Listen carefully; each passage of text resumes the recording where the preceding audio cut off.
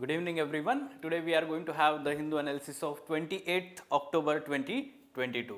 See the newspaper. First of all, we will have the overview of all these articles. Simultaneously, we will also take some inputs while reading this newspaper itself, and we will discuss in detail some of these articles, some of these news which are very important from the mains perspective also simultaneously. Look at the first page, how this news is relevant to our examination. Yes, let's understand this. First, states should have uniform policy on law and order. So, our Union Minister of Home Affairs, he is talking here. Basically, there is Chintan Shibir or brainstorming session that is going on, and he was addressing the state home minister, and he suggested several reforms in law and order. So, we all know that law and order is the state subject. See here, law and order is the state subject. We know that different subjects are the powers for legislation for central and state government. This is how the federal structure in India is there, and 7th schedule of Indian Constitution provides for 3 lists: state, union and concurrent list, and in that different subjects are mentioned. State list has this mention of this subject of law and order, and we know that police is one of the, let's say, important component in ensuring law and order. Police is the state subject, we can say here. So he is suggesting that there should be some uniformity in ensuring law and order across the states, and he has said that why there is need of uniformity, because the crimes have become the transboundary in nature, and therefore now all these states need to have uniform law enforcement, we can say that law and order and law enforcement throughout the territory of India. Here there is some mention of important input which can use in GS 3 paper, we can say internal security part. Okay, internal security part. For example, by 2024, to counter terror activities, each state would have National Investigation Agency Office, as the agency had been given the extraterritorial jurisdiction and additional powers to confiscate property in terror related cases within the state also. Then he called for centralization of data on terror and other crimes, and said that following the principle of one data, one entry, the NIA had been entrusted with the task of maintaining the National Terror Database. ED, that is Enforcement Directorate, has the responsibility to maintain data set on financial crimes, and NCB, that is Narcotics Control Bureau, on narco crimes. These 3 are law enforcement agencies in respective areas. Now, in addition to that, the state should utilize the NAT grid, that is National Intelligence Grid, that is operational at present, NAT grid. Okay, this NAT grid brings data sets of 11 law enforcement agencies of central government on a common platform, and this could be used by the states while solving certain cases, or we can say to reduce the crimes. So this data or this information could be used by the students. NAT grid is very important, then NCB, ED and yes, NIA. Many a times, like 2019, there was question in NIA on NIA, because it was an NIA Act was amended in 2019. At that time, direct question was there on amendment. So we should have follow up on these agencies. GS 3 paper, internal security part. Now, there is this small news: mission to end when Gilit-Baltistan POK reunite with India. Okay, so Defense Minister is talking here on Shaurya Divas celebration.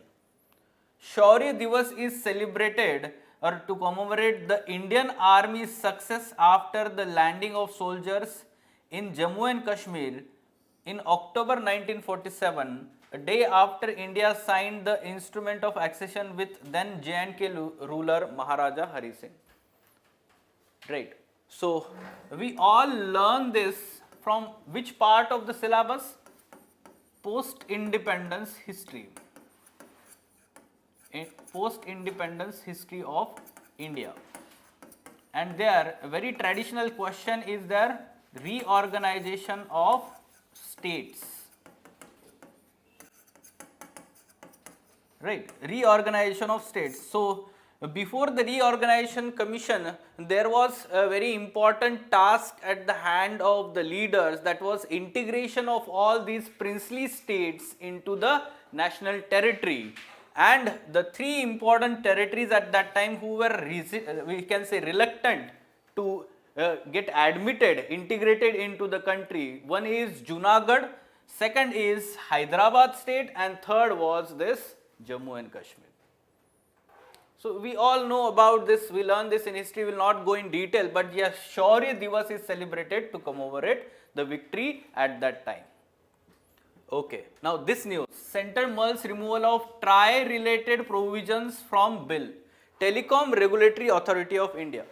Now why it is in news? Because recently the government has proposed the Telecommunication Bill 2022.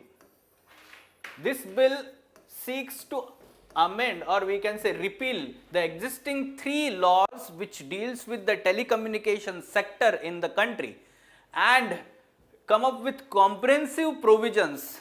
But that bill has certain provisions which dilutes the authority of this statutory body TRAI, Telecom Regulatory Authority of India. So in today's session we will go through the important provisions of all this important provisions of this bill in this session. Okay, so directly first of all we will see which are the important provisions. Yes, Draft Indian Telecommunication Bill 2022. Everyone should, let's say, download this PDF so as to get directly the highlights, because this article was, there was this article in Hindu newspaper on 28th or 29th September 2022, explained page about this bill. Okay, and we have taken some, let's say, important points from that article itself, and if you don't want to read directly, you can download this PDF and make it as your notes. We are expecting surely the question on telecommunication sector, as many changes are being brought by the government. What is Draft Indian Telecommunication Bill? First of all, why it is in news? Basically, this bill is being introduced by the government because the existing laws are outdated. The existing laws dealing with telecommunication sector in India are outdated. Why we are saying that? The three laws which deals with the telecommunication sector, Indian Telegraph Act 1885, Indian Wireless Telegraph Act 1933, and Telegraph Wires Possession Act 1950. You can see two of them are British era laws, while one immediately after independence, and that too is almost now 70 years old. So this particular bill seeks to repeal all these three legislation and restructure the legal and regulatory framework for telecommunication sector in India. This is the motive of the bill. Now let's go in detail and try to understand which are the important provisions. How does the draft telecommunication bill affect OTT communication services, or over the top telecommunication services, we can say. Now OTT telecommunication services examples, if you know, we all use this, WhatsApp is there, Duo, or the other platforms like Telegram or other platforms where we can have video call, messaging services, which are similar services provided by telecom service provider, TSP. ठीक है, TSP, तीन screen पत्ती नहीं, जो YouTube पे channel है जो comedy videos बनाता है, not that one, telecom service providers, right? So we all know that the normal telecom service providers like Jio or Airtel, or we have this Vodafone and Idea, they charge for calling purpose and sending messages, and they earn revenue by charging the customers. Now these OTT platforms are using the existing infrastructure of all these telecom service providers, and they are providing competitive services of calling and messaging, even video calls, and they are competing with these telecom service providers. So, to some extent, they are reducing the revenue of TSPs.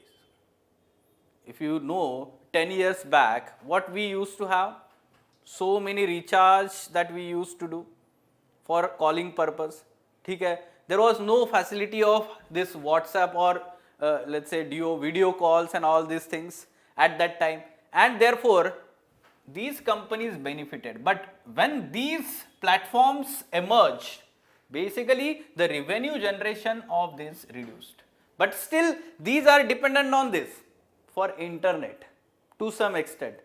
To some extent they are dependent on this. Like for example, at present what we do is 3 महीने का recharge कर देते हैं, and that is having calling services as well as data. ठीक है ना?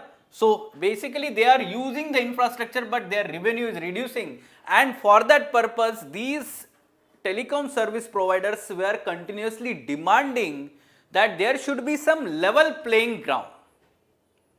Okay, and that's why government has now come up with this bill and provided that the definition of telecom services or telecommunication services now will include OTT communication services also.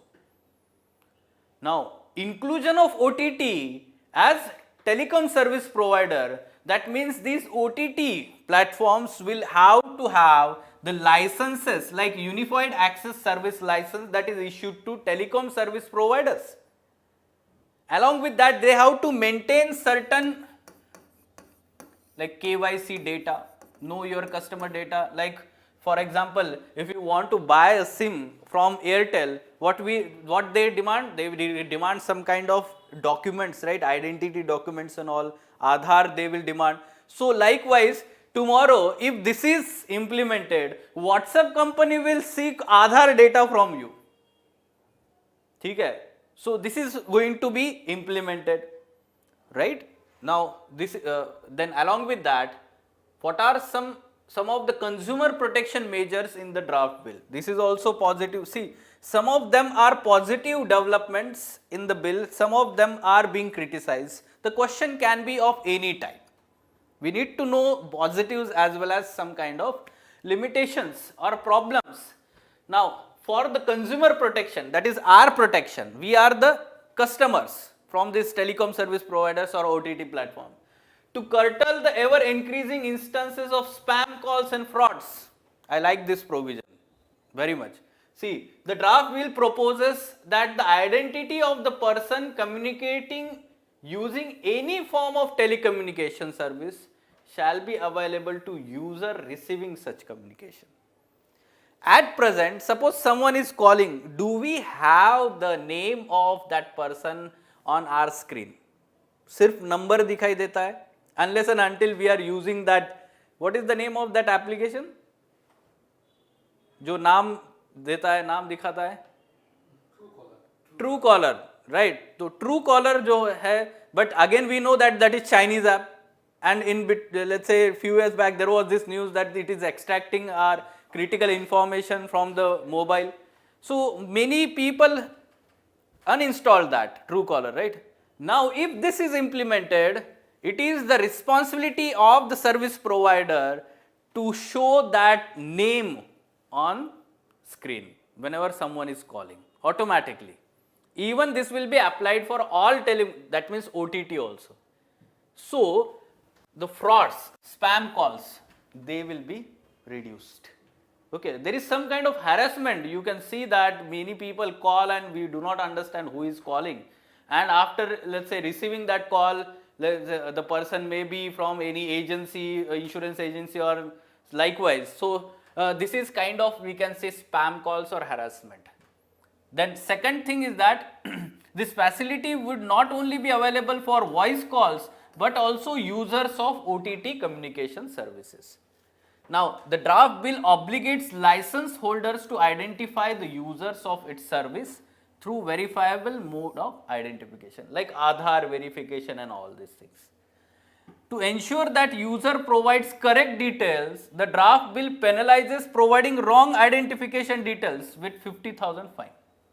If suppose the person is providing wrong identification data, KYC data, that person will be penalized with 50,000 rupees or suspension of operation for specific mobile number or barring the person from using telecom service. Okay, so there will be some penalty also. Then along with that, it also provides commercial communications which are advertising, promotional in nature should be made only with prior consent of subscriber.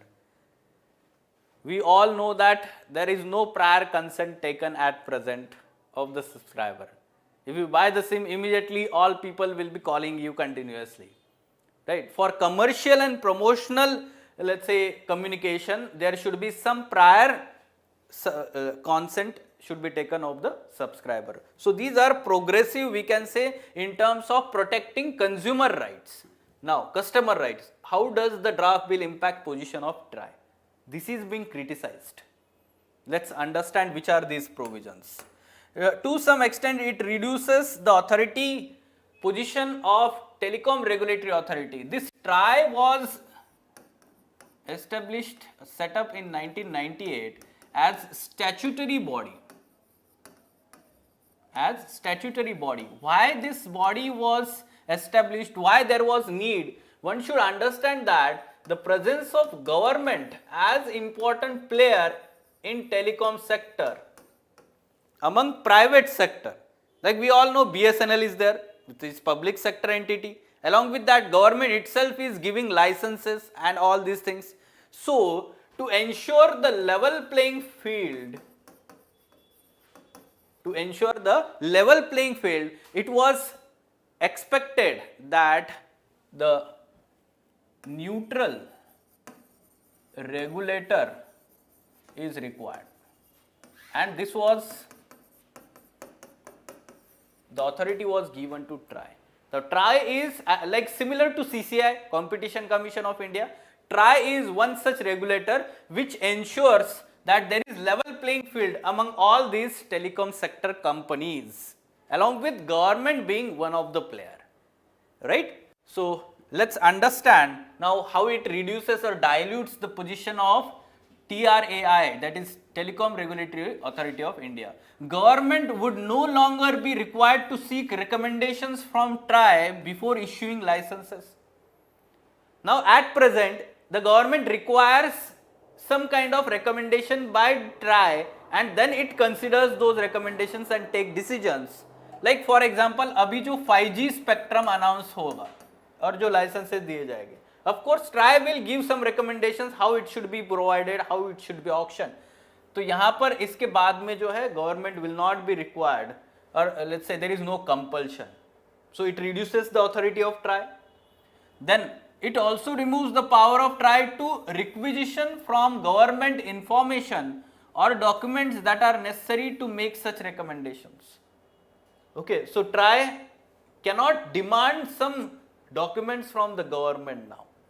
Then the Department of Telecommunication will no longer be required to refer back the TRAI recommendations for reconsideration. Those recommendations that it does not agree with, as it was required to do previously. So that means earlier basically there was this provision that if Department of Telecommunication does not agree with certain recommendations of TRAI, then it will send back for reconsideration.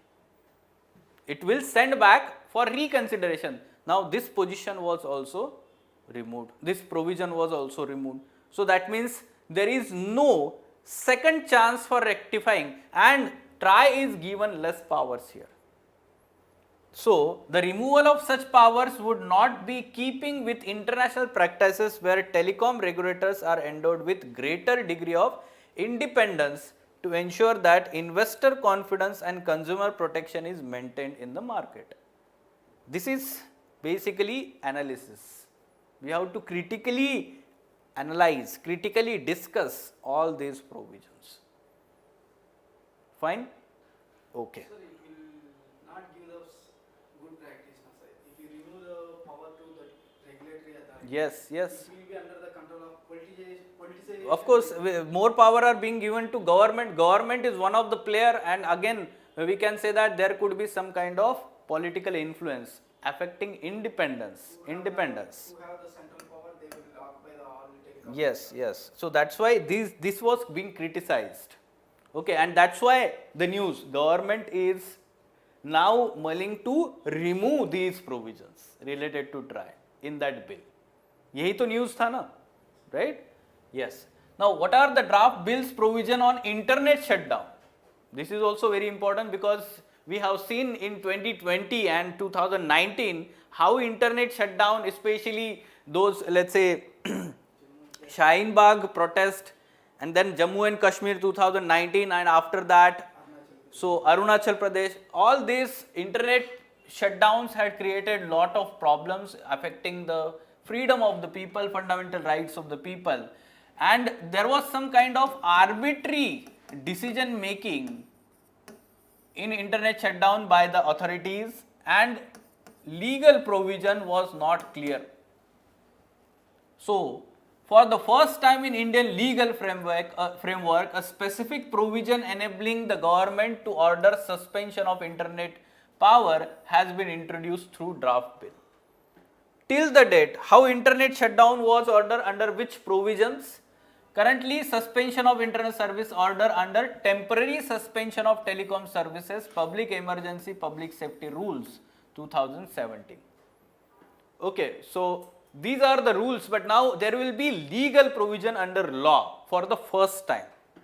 Now, how does the bill facilitate telecom service provider?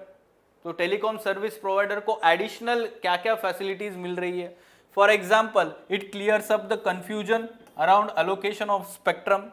There will be now, let's say, while primary route for allocation spectrum is auction, when the spectrum is to be allocated for certain functions of the government such as defense or transportation, administrative process is to be followed. Okay, so simply there will be open auction system, it's very clear. It allows telecom service provider to exploit its spectrum resource fully. How? By enabling sharing, trading, leasing, surrendering or returning unutilized spectrum completely. So there is lot of flexibility given to those now companies. Okay, along with that, the funds under Universal Service Obligation Fund, USOF, to be utilized for other purposes such as urban areas, connectivity, research, etc. So this fund was created for basically creating rural infrastructure, telecom infrastructure.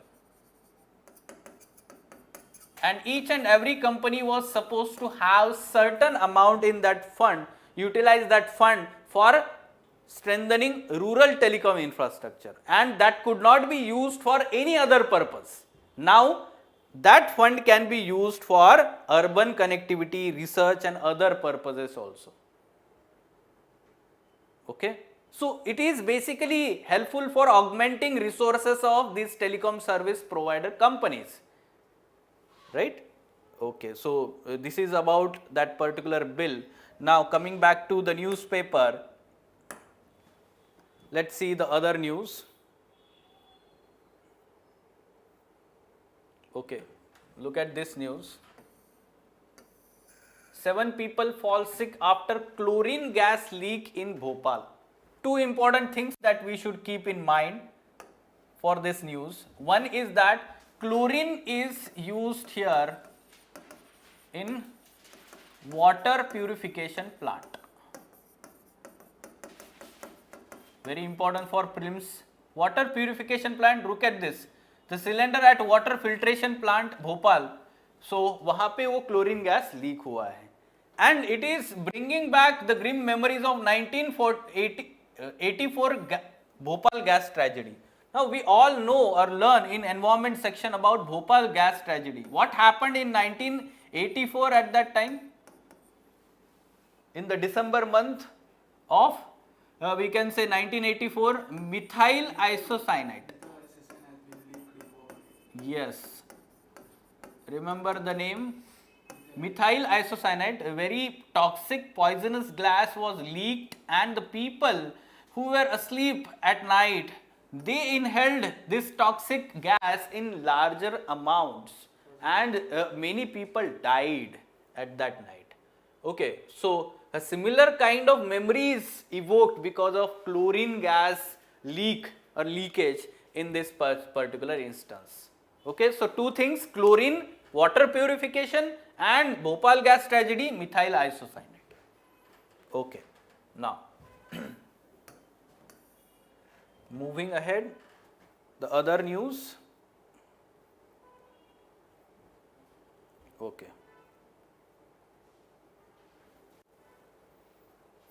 Look at this news.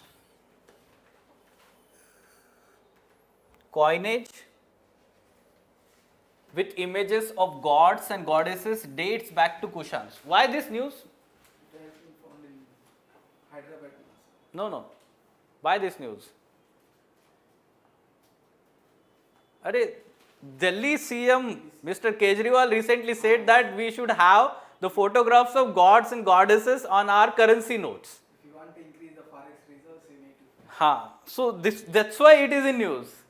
Try to understand. It relates to our history part of syllabus. Kushans and Kushan Empire.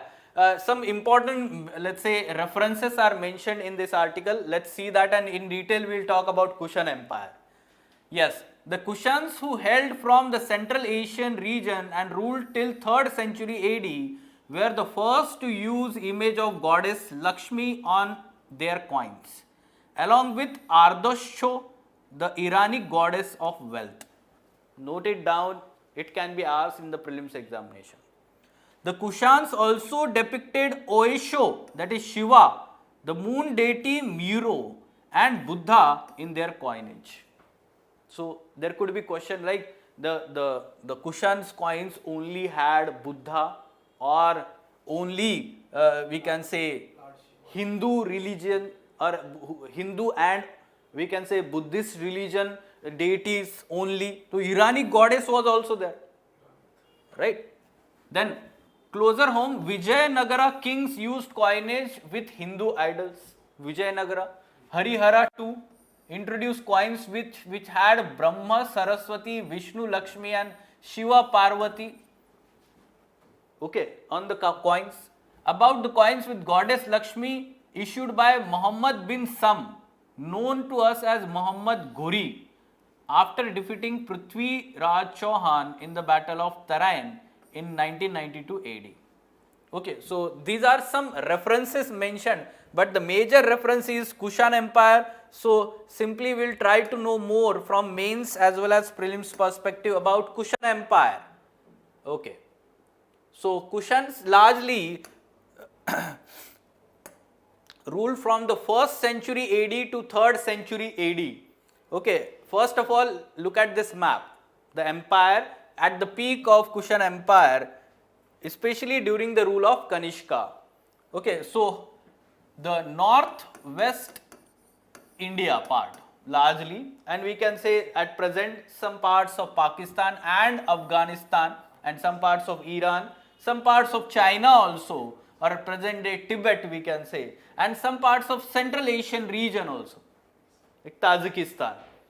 Right, so it is extending into India till we can see that UP, present day UP, Mathura, Varanasi, that region. Okay, so very important. Why? Because silk route like this passed through this, no? During Kushan, their time period. Also during Kanishka, we'll see some important, additional important information about the Kushan Empire. See here, the new religious aspect, development of Greco-Buddhism, a fusion of Hellenistic and Buddhist cultural elements, and it expanded into Central and Northern Asia as Mahayana Buddhism. Now we all know that Mahayana Buddhism is having depiction of Buddha as deity. So that's why the Gandhara school of art, Buddhist sculptures from this were developed during the Kushan Empire on the large scale, and Buddhist sculpture is very famous. Gandhara school of art, we learn this in art and culture. Gandhara school of art and Mathura school of art, we compare them in terms of how Buddha was depicted, which features were there, and the Gandhara school of art had some elements of Hellenistic aspect. That is some kind of Iranian influence there. Okay, now yes, the officials performing both civil and military functions called Dandanayaka and Mahadandanayaka. It indicated prevalence of feudal system there. Then the Gramika or Padrapala, which was, let's say, village headmen, they collected king's dues or taxes or took cognizance of crimes in this area. Now, Kushan Emperor Vima Kadafis introduced first gold coins in India. So, Kushans were the first kings or kingdom which introduced gold coin in India. Remember this. This has been already asked. Now, these coins designed like a Hellenistic style of image with deity on one side and the king on other side. एक side पे king का image होता था, दूसरे side में भगवान का image होता था. Okay. The inscription issued by Kushan rulers include text in Bactrian written in Greek script and Prakrit language written in Brahmi or Kharosti script. The most important inscription is Rabatak inscription, which established Kanishka's genealogy. Genealogy मतलब उसके मतलब ancestors कौन कौन थे? Yeah, generations. Okay, so this much information is sufficient about Kushan. Now, okay, fine. Coming back to the newspaper.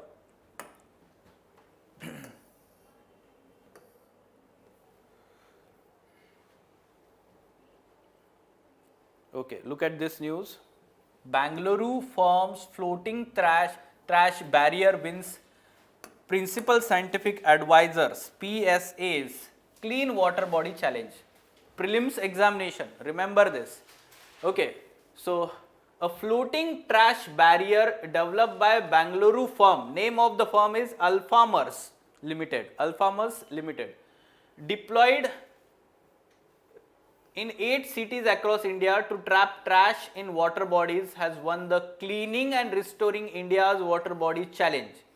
Again I am repeating, Cleaning and Restoring India's Water Body Challenge, conducted by Office of Principal Scientific Advisor, PSA to Prime Minister, Principal Scientific Advisor. Okay, the challenge was conducted by the West to Wealth Mission, Swachh Bharat Unnat Bharat Mission under Office of Principal Scientific Advisor during November 2020 to February 2021. Now, how it is working? The panel observed that the floating trash barrier could address the serious environmental issue of floating solid waste pollution plaguing India's water bodies. The floating trash barriers uses natural flow of water to bring the trash to the river bank where it is deployed, and from there the trash is manually or mechanically removed. Look at this. Example, ये जो है floating barrier है, and the flow of river is basically used to move that trash along the barrier towards the bank, and then mechanically or manually it is removed, right? So you can use this as a case study. Whenever we give innovative solution for water pollution, use this as a case study, no? As a way forward. Write this. Floating trash barrier, exact word you should use. And it has received that award, no? So this is innovative, this is acknowledged and effective also. So same method is international oceans, some of the NGOs are doing as a present Yes. product of waste of plastic. In oceans, yes, that is also being done, yes. Now, another important article, the old but relevant script of Cuban Missile Crisis. Very good article written by the former diplomat, and he is talking about the Cuban Missile Crisis and why the world leaders at present needs to, take lesson from this Cuban Missile and how it was, the tragedy was averted by the the wisdom or foresight of those leaders at that time, and following the back channel diplomacy and following the restraint in using nuclear power. Let's understand first of all why it is in news. See, it is in news because at present the Russian president is many a times using this word that we could use, or there is possibility of using nuclear bombs or dirty bombs in this war. When in the interaction with our defense minister also, even our defense minister has said that the nuclear power or these dirty bombs should be avoided in the war. That's why it is in news. And once again, after the Cold War, now there is some kind of increase in the nuclear threat. Okay, nuclear threat. And that's why one should understand and take lesson what had happened in 1962 as a famously known as Cuban Missile Crisis. Famously known as Cuban Missile Crisis. Let's understand this. What happened there? We all know that after Second World War, there emerged the two leading powers in the world. One was USA and other was USSR. And both were continuously increasing their warheads for the creation of deterrence. So some kind of Cold War started. Cold War started, and this war spilled over in the other regions of the world. And that time basically Cuba was under the influence of USSR, and Cuba is very much located near to the US, near the Caribbean, very much near to the US. And at that time there was this news that USSR is launching medium or intermediate, short and intermediate missiles having nuclear warhead from Cuba. Look at this photograph here. The threat of Cuban missiles. Medium range ballistic missile, you can see that in the orange color. Then intermediate range ballistic missile, you can see there in the purple color. So this could cover almost complete USA from Cuba. Okay, now here the leaders, the president of US as well as president of USSR at that time were having some kind of misinformation from different sources, and they maintained restraint following such kind of negative information which could have resulted into full-fledged nuclear war. Okay, let's see which are these instances. On October 16, 1962, US President J.F. Kennedy was informed that USSR was preparing to deploy medium and intermediate range nuclear missiles in Cuba. After deliberating with his core group of advisors, he rejected the idea of an invasion or nuclear strike against Russia or USSR. And on October 22, declared a naval quarantine of Cuba. You can see that in photograph. Have you seen this? ये देखिए, naval quarantine means basically Cuba was surrounded by the navy of US from all sides. Okay, but it maintained restraint, it did not attack at that time. Now, the other aspects related to maintaining restraint we should understand. Because of maintaining such restraint, after, yes, simultaneously he authorized his brother Robert Kennedy to open back channel with Soviet ambassador Anatoly Dobrynin. Okay, and this resulted into diffusion of crisis on 28 October itself. Now, this was done because of back channel diplomacy here, back channel diplomacy, and therefore both leaders could maintain restraint and did not resort to any kind of aggression or nuclear power. Okay, then along with that it resulted into some kind of hostility also, but they maintained some kind of restraint here. You can see other example. A day earlier, a Soviet nuclear armed submarine B-59 found itself trapped by US depth charges of Cuban waters. US was unaware that the submarine was nuclear armed, and Captain Valentin Savitsky did not know that the quarantine was in operation. दोनों को एक दूसरे के बारे में पता नहीं है. अब देखिए हॉस्टिलिटी कैसे होती है. He decided to go down fighting this captain, but his decision to launch the nuclear bomb was vetoed by Captain Vasily Arkhipov. दूसरा जो कैप्टन है वो क्या बोलता है कि हम नहीं करेंगे. Now there was this system in USSR. The Soviets followed two-person authorization rule, and unknown to Kennedy and Khrushchev, the potential Armageddon was averted. ठीक है, तो दो लोग जब डिसीजन लेंगे कंसेंसस पे तभी वो फॉलो किया जाएगा. Yes, so one captain said that we'll use, but the other captain said that we will not use. This was not known to the presidents of both countries. Otherwise, अगर ये missile launch होता तो that could have resulted into spill over. ठीक है, फिर US ने fire किया होता and this could have resulted into nuclear war at that time. Along with that, the USSR president had removed all basically the bombs. You can see here the frog missile and the gravity bombs that were already present in Cuba. उन्होंने वो remove कर लिए उसके बाद में. And US president was not knowing about the location of these bombs there.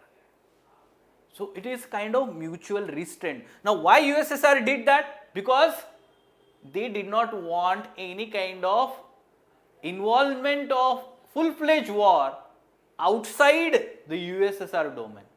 ये US के नजदीक था ना, USSR तो बहुत दूर था, right? So all these things, and the deterrence theorists called this as stability instability paradox. You could use this, especially those having PSI or optional subject. They could use there in the answer optional subject. This we can say paradox, stability instability paradox. Fine. So what lessons we can learn from this crisis and how they are relevant at present? First thing, restraint for nuclear use, nuclear warhead missile use. First thing. Second thing is that there should be role of diplomacy to diffuse tensions.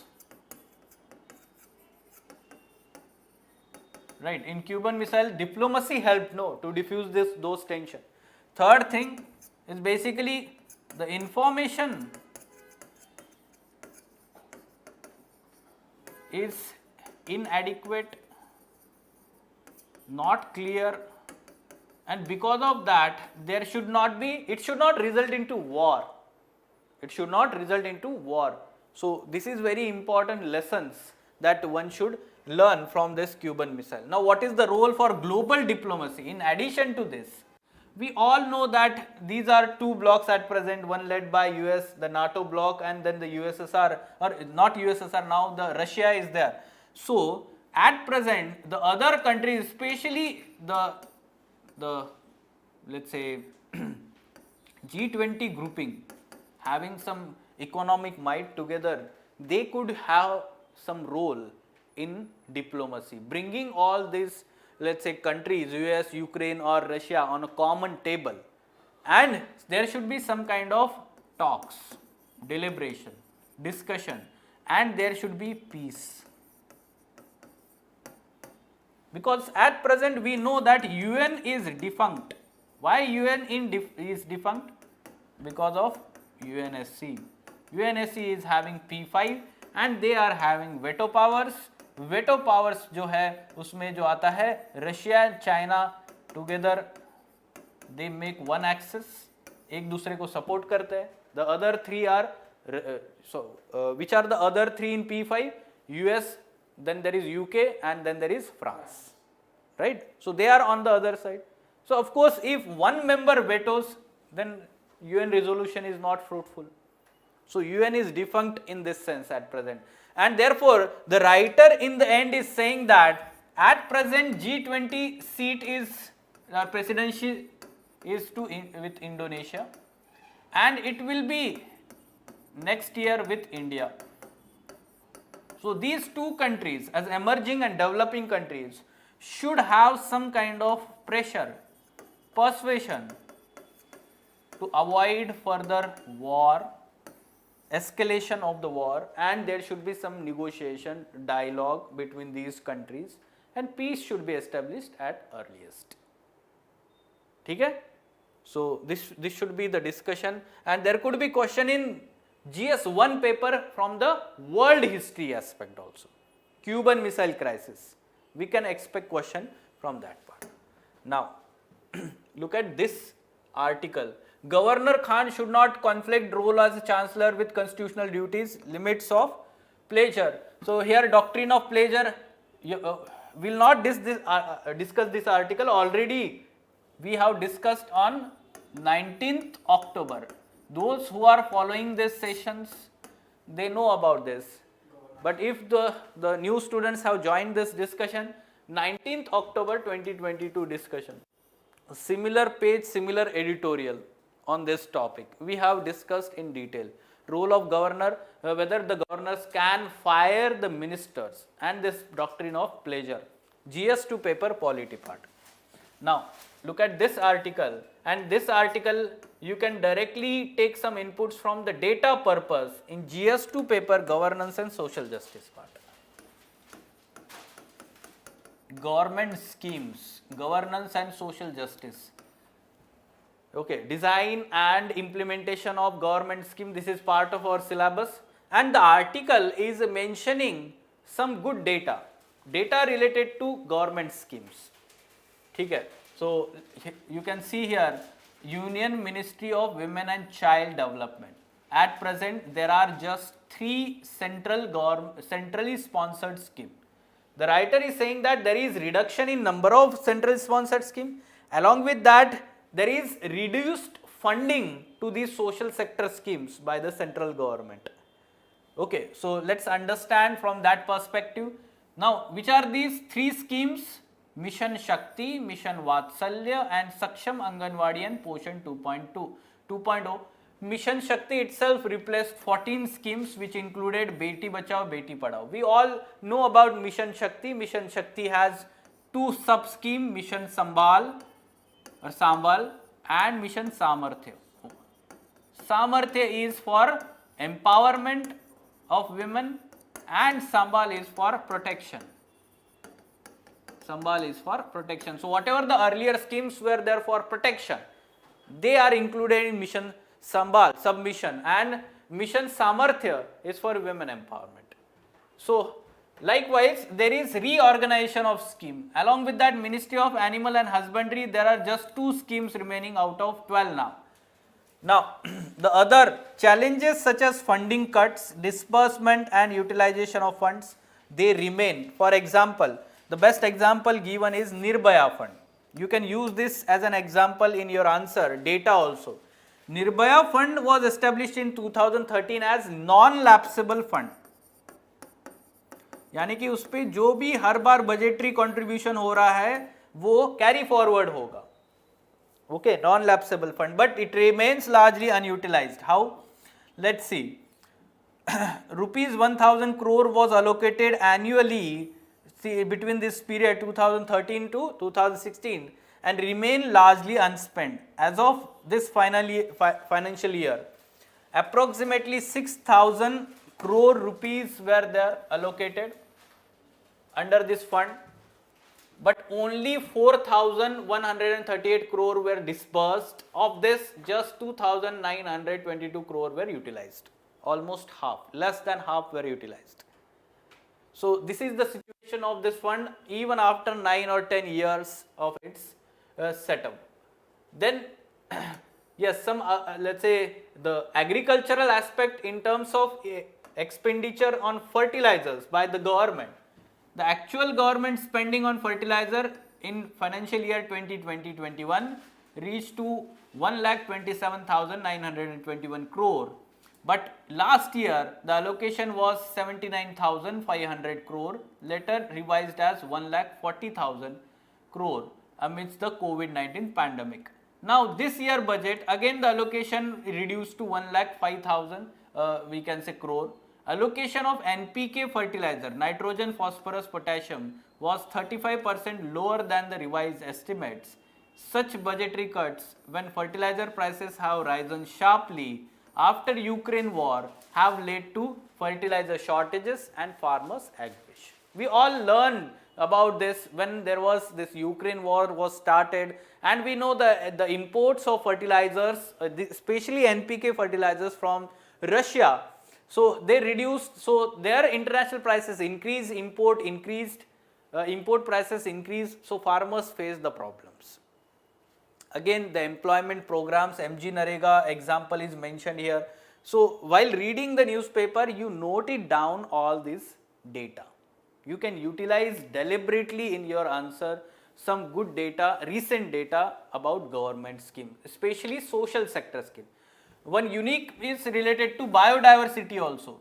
You can see here the funding for wildlife habitat development under Ministry of Environment has declined from 165 crore in 2019 to 125.5 crore in 2020 to 87.6 crore 2021. Also Project Tiger allocation has also reduced. So very good statement in the end. Rather than downsizing government scheme and cutting funding, one should right size the government schemes or social sector scheme. Right sizing means right kind of allocation and ensuring that the money is disbursed and utilized appropriately for right intention, right? So this could be used in GS2 paper, governance and social justice part.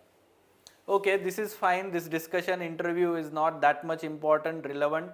Now look at this, the Thoothukudi firing inquiry report.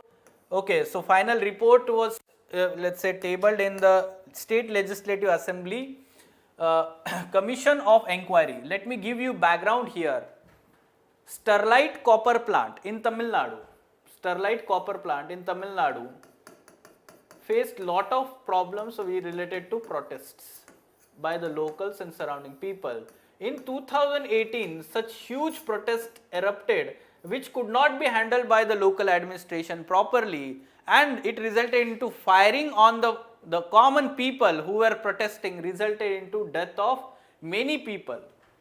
ठीक है, यहाँ पे बहुत सारे लोग जो है मर गए because of firing, and there was this commission of inquiry. This commission of inquiry has now found that the local administration, including the SP and the collector of that district, was held responsible.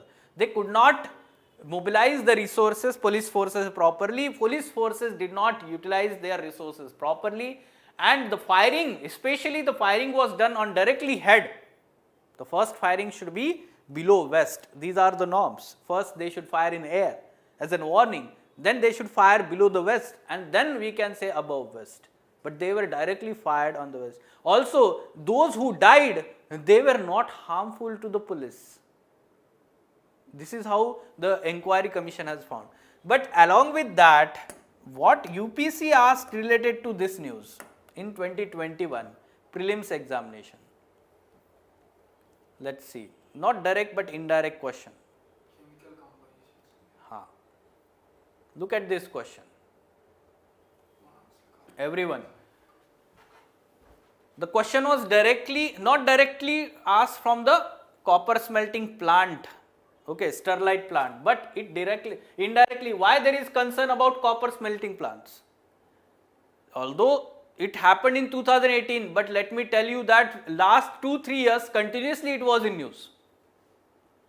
So first, they may release lethal quantities of carbon monoxide into the environment.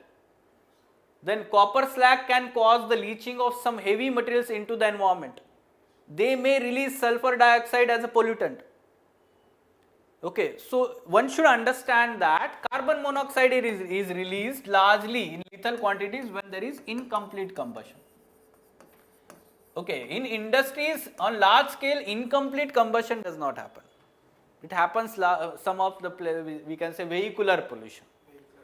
ठीक है, तो lethal means it is going to have severe impact on human health. तो ऐसा नहीं हो रहा है. Rather, these two are correct. And let me show you why one should follow newspaper. Look at this news. Explained snippets on Indian Express page. Now we have started the Indian Express analysis also on daily basis.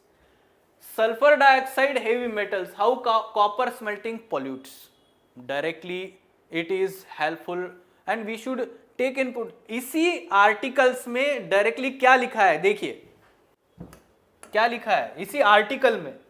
You can see here, most copper ores are sulfur based and smelting release sulfur dioxide. Third statement of that question.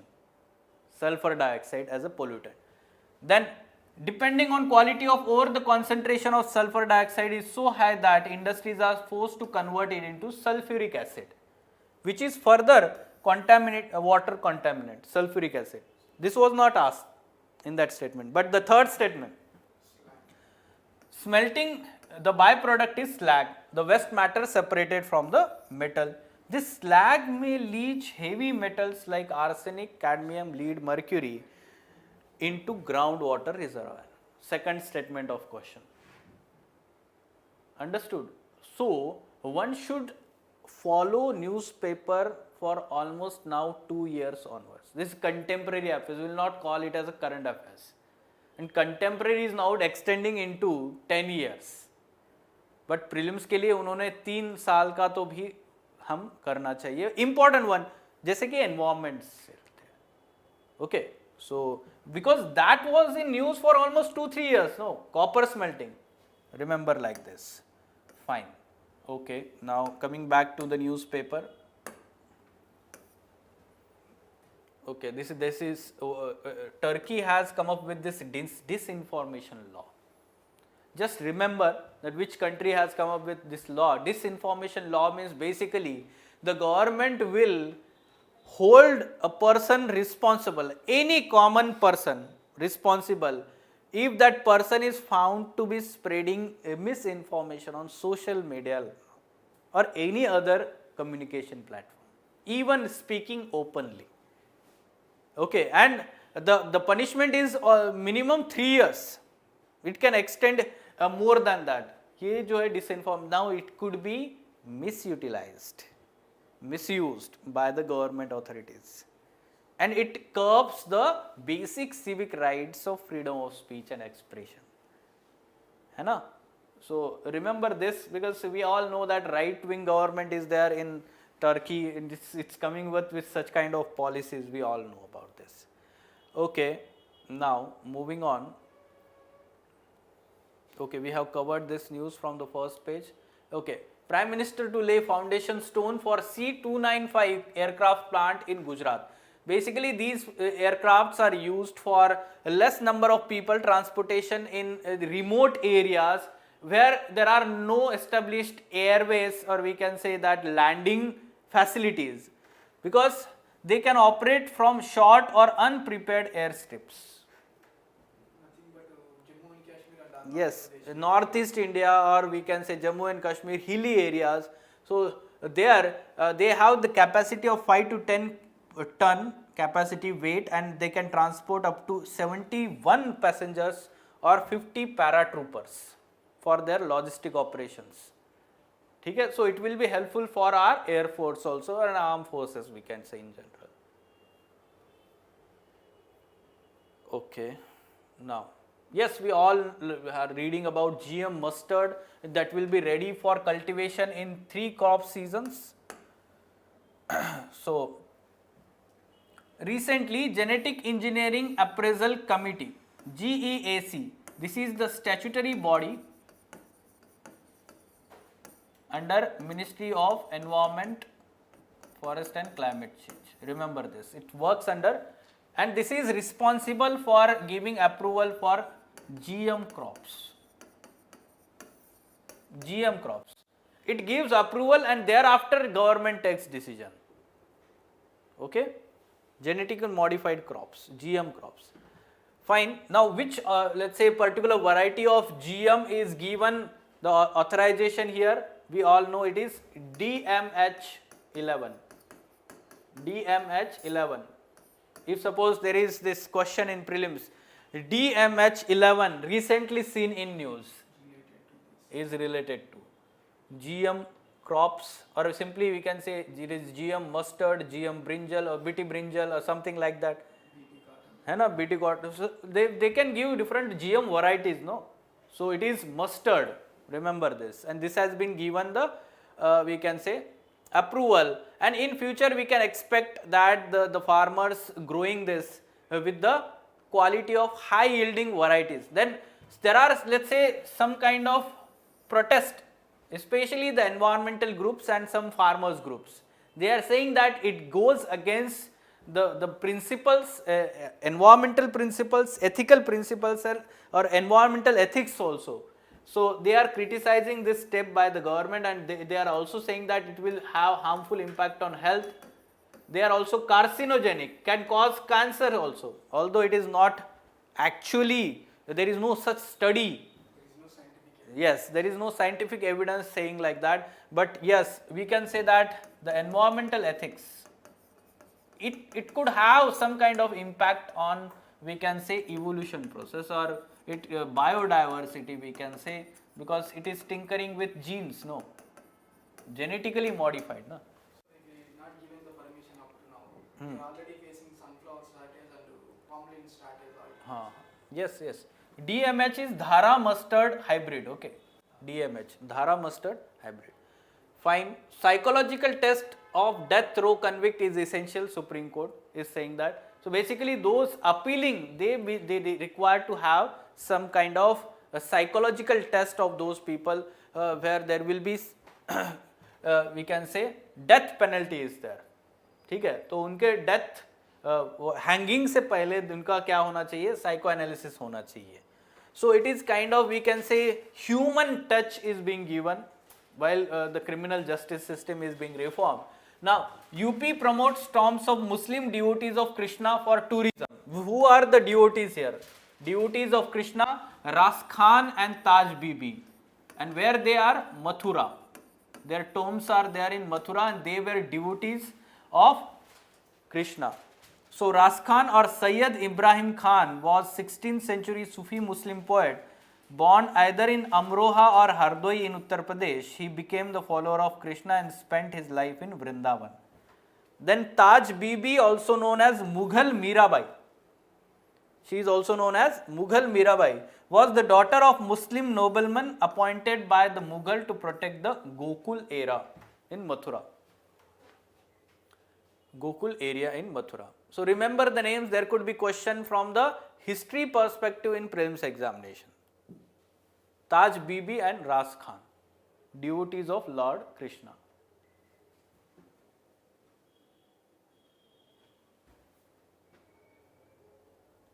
Okay, fine, moving on. Okay, world page पे ठीक है, इतने relevant कोई news नहीं है, but there is this news on sports page, one should know about it. BCCI takes first step towards gender equality. You can use this as an example, no? Ethics में use कर सकते हैं, right? And this is very important from the sports culture, sports ethics. Gender parity. Up till now, the women cricket did not receive any kind of such promotion by BCCI, and by increasing and making the parity in the match fees for both male players and female players, this is very, very good sign that India is projecting at world stage, gender equality. Okay, so you can use this as a case study or example. Now coming back to this PPT, where we can see some mains related questions. Critically discuss the key provisions of draft Indian Telecommunication Bill 2022. This could be asked in GS3 paper economy part, GS2 paper governance part, regulator, GS2 paper governance. Draft Indian Telecommunication Bill 2022 considerably dilutes powers of TRAI. How could it affect the telecom sector in India? Discuss. Then write a note on political, cultural and religious life of people under Kushan Empire. है ना, ऐसे question आ सकता है art and culture से and history से. World powers must use restraint when it comes to use of nuclear missiles. Elaborate in the light of lessons from the Cuban Missile Crisis. Use this. Try to write the answers to these questions from on the basis of this discussion. Now, what should be answer? Online students, they can write in the comment box simultaneously. Right? Okay, so who among the following introduced gold coins for the first time in India? Kushans. Right, D is the correct answer. Now, which of the following harmful gas was released in Bhopal gas tragedy?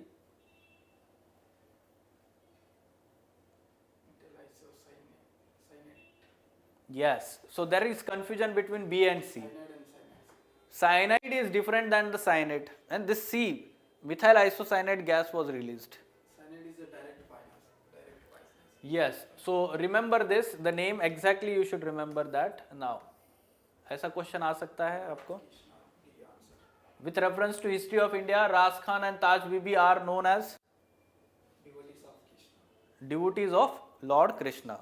Remember this, right? Fine. Okay. Any question from your side?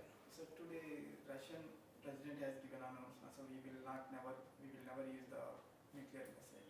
Yes, they are saying that, but they are saying that if suppose the Ukraine is using that or the NATO is using that, there is some kind of deterrence, no? Okay. So they keep on talking like this. But they given the assurance we will. Yes, of course, at present, 21st century, of course, the countries will not use this nuclear missile or something like that, because we all know that there are many nuclear powers in the world now. Many countries have nuclear warheads. So this will be disastrous for whole world, including that country, human race itself. Okay, fine. Let us stop. Fine.